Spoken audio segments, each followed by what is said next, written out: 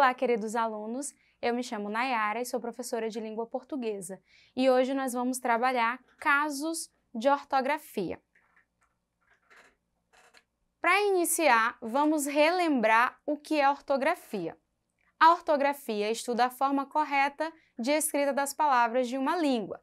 Ela vem do grego orto, que quer dizer correto, e grafia, por sua vez, que significa escrita. Então, seria correta escrita ou uma escrita correta. Logo, ela é um conjunto de regras estabelecidas pela gramática normativa que ensina a grafia correta das palavras. Hoje nós iremos relembrar o que é ortografia, veremos os seguintes casos: parônimos e homônimos, o uso dos porquês e o uso do hífen. O que são parônimos e homônimos? Estamos diante de palavras parônimas, quando as palavras são parecidas na grafia ou na pronúncia, mas têm significados diferentes. Vejamos alguns exemplos. Cavaleiro, de cavalos, e cavalheiro, que seria um rapaz educado. Comprimento, de tamanho, e cumprimento, quando você vai cumprimentar ou você vai falar com alguém.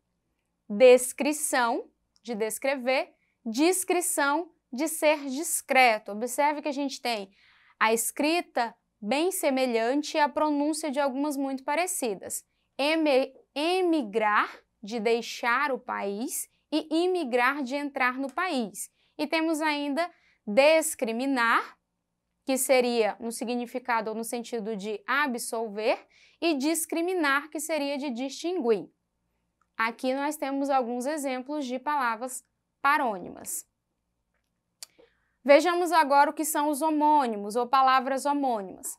Podemos estar diante de palavras homônimas quando as palavras têm a mesma pronúncia, mas significados e grafias diferentes, em alguns momentos mais raros, com a mesma grafia.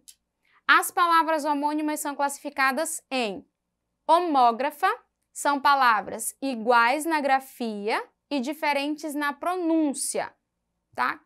Que aí vai mudar, inclusive, a função dela, se ela vai ser um verbo ou um substantivo. A gente tem ali colher, do verbo colher, no exemplo, Maria, vá colher as plantas. Nesta situação, eu tenho um verbo. E colher, como substantivo. Marta, pegue essa colher que está no chão. Observa que a grafia é a mesma, a pronúncia ela vai mudar, porque eu digo colher e colher, ok? Jogo, no caso, como um substantivo, o jogo vai começar às 17 horas. Nesse exemplo, o jogo vem como substantivo. E jogo, verbo, do verbo jogar. Jogo muito bem futebol. No segundo exemplo, ele já vem como um verbo. Podemos estar diante de palavras homônimas. Vamos ver outra classificação das palavras homônimas. As homófonas são palavras iguais na pronúncia e diferentes na grafia. Aí é o que muitas vezes gera um pouco de confusão quando você está lendo, então você tem que ter essa atenção. Consertar, de harmonizar, então Mário, e consertar, de reparar. Consertar, de harmonizar, do concerto musical é com C, e consertar, de reparar, a escrita vai ser com S. No primeiro exemplo eu tenho, Mário vai consertar as máquinas hoje. Aí ele está no sentido de reparar. A empresa deve consertar as ideias, também de harmonizar. A empresa deve harmonizar as ideias. Acender, de atear fogo, e acender, de subir. Bernadette vai acender a fogueira à noite. Nesse caso, ele é atear, vem no sentido de atear, o significado. Joana quer ascender o mais rápido possível no cargo, no seu trabalho, que aí é de subir de cargo, subir de posto. E nós temos também as homônimas perfeitas, que elas são iguais na grafia e iguais na pronúncia.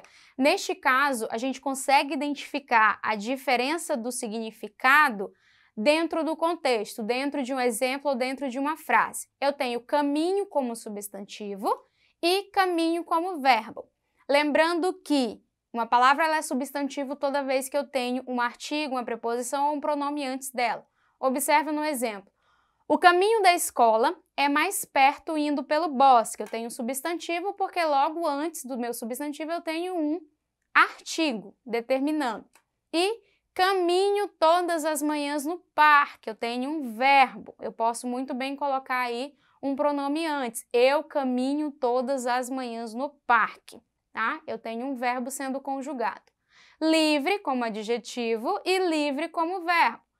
Pedro é uma criança livre. Aí eu tenho o exemplo de um adjetivo que está qualificando, está dando qualidade ao meu sujeito. E vou deixar livre a sua escolha, como verbo.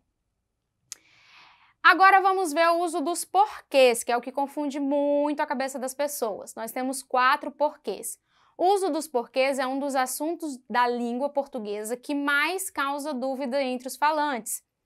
Para que o emprego dos porquês seja feito de forma adequada, é essencial entender e distinguir as 4 formas. Então, quando que nós usamos o porquê junto? Porquê junto e sem acento é usado principalmente em respostas e explicações. Indica a causa ou explicação de alguma coisa e pode ser substituído pelo pois, visto que, uma vez que, por causa de, dado que. Exemplo, choro porque machuquei o pé, ou ele não foi à escola porque estava doente. Quando que usa o porquê separado e sem acento? Pode ser usado para introduzir uma pergunta, seria um porquê interrogativo, e ele pode ser substituído por que motivo, por qual razão, por qual motivo. Exemplo, por que você não foi dormir? Ou, por que não posso sair com meus amigos?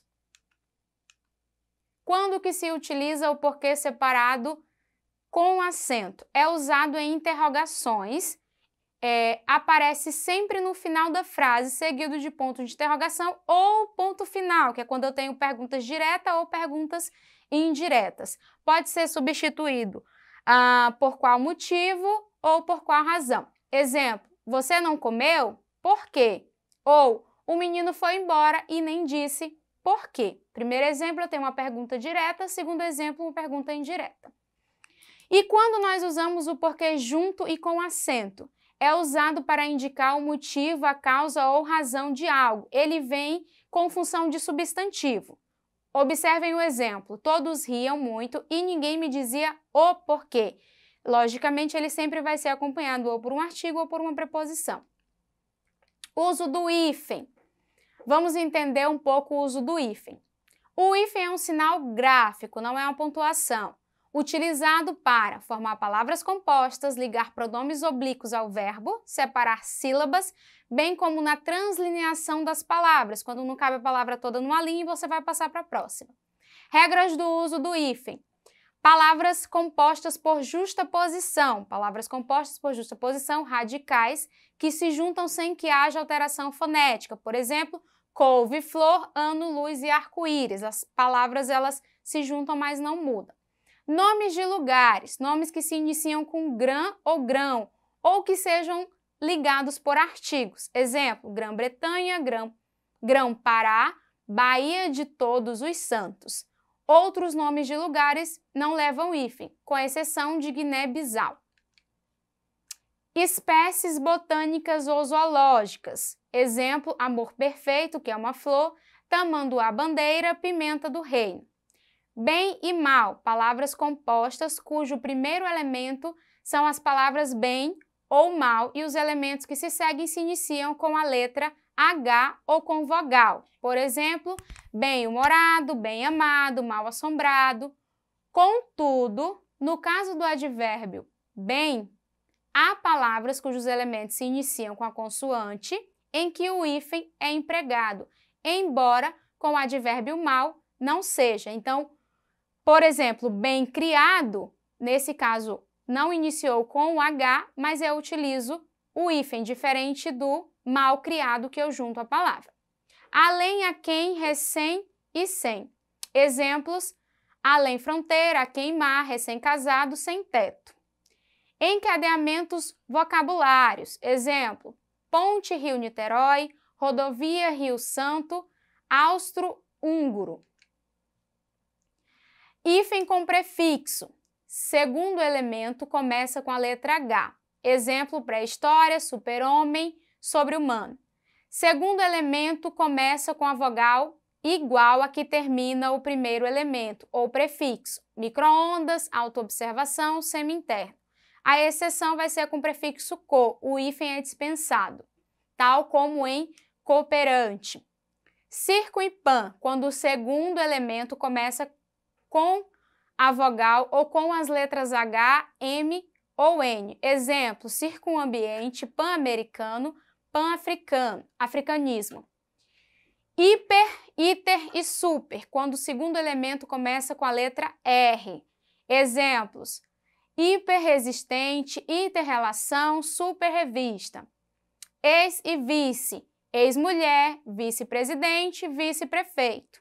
Pós, pré e pró, quando são acentuados. Exemplo, pós-moderno, pré-escola, pró-Europa, dentre outros. Sufixos de origem tupi-guarani. Exemplo, capinhaçu, cajamirim e ebu-guaçu. E aí a gente vai exercitar um pouquinho. Levando em consideração o contexto atribuído pelos enunciados, empregue corretamente um dos termos propostos pelas alternativas entre parênteses. Na letra A nós temos: o atacante aproveitou a jogada distraído e deu cheque, tá? Cheque-mate, cheque no adversário. O visitante pôs a sela no cavalo, despiu-se de todos e seguiu viagem. No presídio, todos os ocupantes foram trocados de sela. Observem a diferença. O filme a que assisti pertence à seção das 10.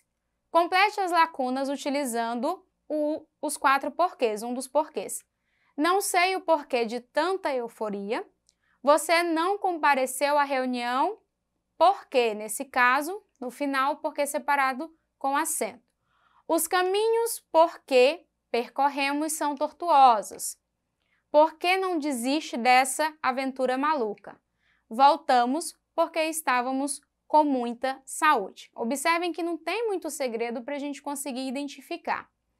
E recapitulando rapidinho aí, o uso dos homônimos e parônimos, palavras que muitas vezes têm a mesma escrita e a grafia, ou que têm significados diferentes. O uso dos porquês. Porquê separado, sem acento, pergunta. Porquê junto, resposta. Porquê separado, com acento, fim de frase. Porquê junto, com acento, substantivo. E aí nós temos algumas dicas para o uso do hífen que vocês podem estar conferindo, tá? Vogais diferentes, vogais iguais, consoantes iguais, vogal mais re e bem. Aí vai explicando onde se utiliza ou não. Por hoje, essa foi a nossa aula. Não esqueçam de acessar a plataforma Eduque para vocês terem mais informações.